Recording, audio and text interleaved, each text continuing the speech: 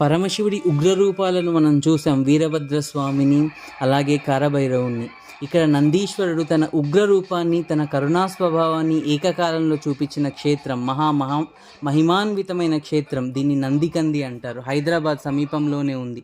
ఇక్కడ తోరణం పైన నటరాజస్వామి, లక్ష్మీదేవి ఉంటుంది. ఇక్కడ ఆలయం ఆకారం చూసినట్టయితే కమలము, నక్షత్రం కలిసిన ఆకారంలో ఎంతో ఆహ్లాదకరంగా, ప్రశాంతంగా ఉంటుంది. ఆలయం లోపల భాగం చూసినట్టయితే రామాయణ, మహాభారతం లాంటి ఎన్నెన్నో గాథలను మనకు గోడలపై, శిలలపై చెక్కినారు. అయితే ఇక్కడ ఈ నందికంది అనే పేరు ఎందుకు వచ్చింది ఈ గ్రామానికంటే, ఔరంగజేబు తన వికృత బుద్ధితోని తన సైన్యాన్ని పట్టుకొని వచ్చి ఈ ఆలయాన్ని ధ్వంసం చేద్దాం అనుకున్నప్పుడు నందీశ్వరుని తాకగానే నందీశ్వరులో నుంచి హూంకారము మరియు విచిత్రమైన అంబారావం రాగానే ఆ శబ్దానికి భయపడి సైన్యం అంతా చెల్లాచెదురైపోయింది. అప్పటి నుంచి ఈ నందీశ్వరుని కరుణకు పాత్రమైన ఈ ఊరిని నందికంది అని పిలుస్తారు.